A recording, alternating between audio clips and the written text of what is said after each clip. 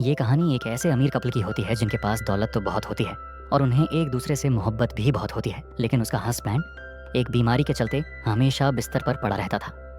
शादी के बाद एक पत्नी को अपने पति से जो प्यार चाहिए होता है वह प्यार उसे कभी नहीं मिला था, जिसके चलते धीरे धीरे उसकी अफेयर उनके ही फैमिली डॉक्टर के साथ हो जाती है। वह अक्सर चुप चुप के उससे मिलने जाया करती है, क्योंकि जो सुख उसे कभी नहीं मिला था अब वह सुख उसे डॉक्टर के साथ महसूस होने लगती है। अब डॉक्टर के साथ वह खुश तो बहुत थी, लेकिन उस डॉक्टर के मन में तो कुछ और ही प्लान था, जिसे देखेंगे हम आज की इस पूरी कहानी में। सो हेलो दोस्तों, मेरा नाम अमित है और कहानी शुरू होती है एक हॉस्पिटल के रूम से, जहाँ पर हम कैथरीन नाम की एक औरत को देखते हैं। उसका बहुत ही भयानक एक्सीडेंट हो चुका था और उसके सर पर इतनी गहरी चोट लगी थी कि अब वह कुछ बोल नहीं सकती थी।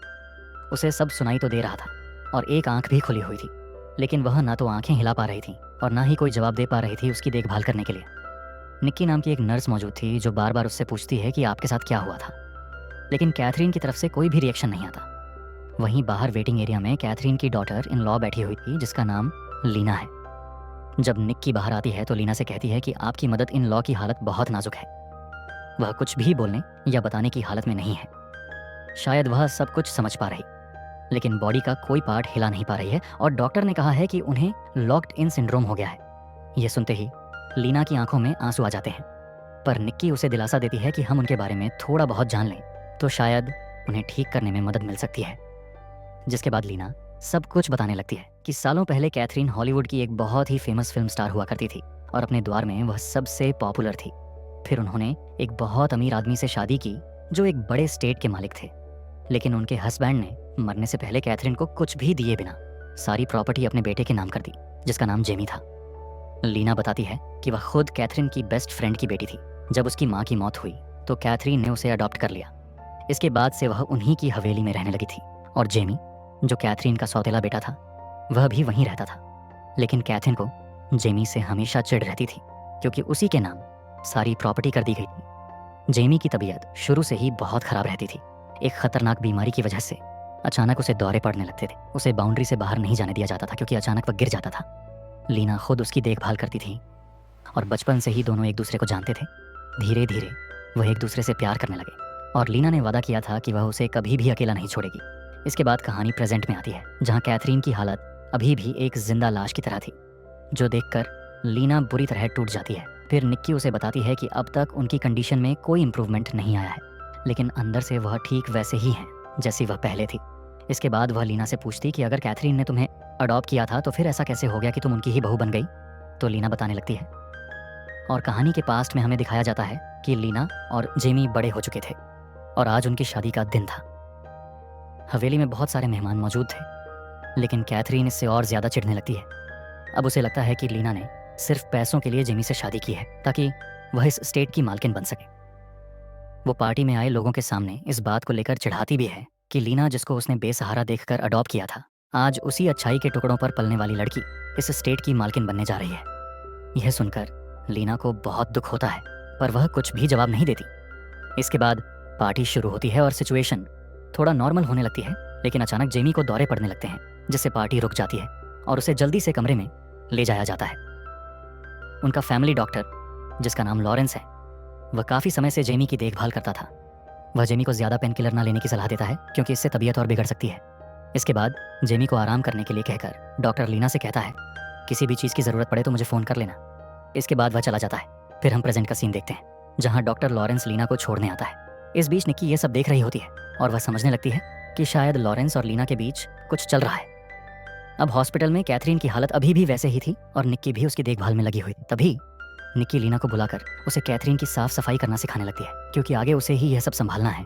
लेकिन लीना यह देखकर रोने लगती है, क्योंकि उसने अपनी पूरी जिंदगी सिर्फ दूसरों की देखभाल में ही गुजार दी। वह याद करती है कि जेमी को जब जब दौरे पड़ते थे वह उसके पास दौड़ी चली जाती थी। वह निक्की को बताती है कि उसने जेमी के लिए एक बेल भी रखती थी, ताकि जब भी ज़रूरत हो तो जेमी उसे जल्दी बुला सके। इतने सालों के बाद अब उन दोनों की शादी भी हो चुकी थी, लेकिन शादी के बाद एक पत्नी को अपने पति से जो प्यार, जो सुख चाहिए होता है, वह जेमी उसे कभी भी नहीं दे पाता था। इन सब के बावजूद भी लीना उसकी अच्छे से देखभाल करती है और जेमी की वजह से वह घर से बाहर नहीं जा पाती थी। उसकी ज़िंदगी सिर्फ जिम्मेदारियों में उलझ कर रह गई थी। वह अपने खुद के सारे सपने जैसे पीछे छोड़ चुकी थी। कभी कभार वह स्विमिंग करने के लिए पास के झील में जाती थी। तभी एक दिन हवेली के एरिया में उसे डॉक्टर लॉरेंस मिल जाता है। वह एक महंगी गाड़ी से आया हुआ था, जो देखकर लीना मजाक में पूछती है कि शायद तुम्हें कोई लॉटरी लग गई है। लॉरेंस एक डॉक्टर होने के साथ साथ उनके लिए एक दोस्त की तरह भी पेश आता है। वह कहता है कि नहीं, ये तो लोन के पैसों से लिया है। फिर वह पूछता है कि तुम शायद स्विमिंग करने जा रही हो।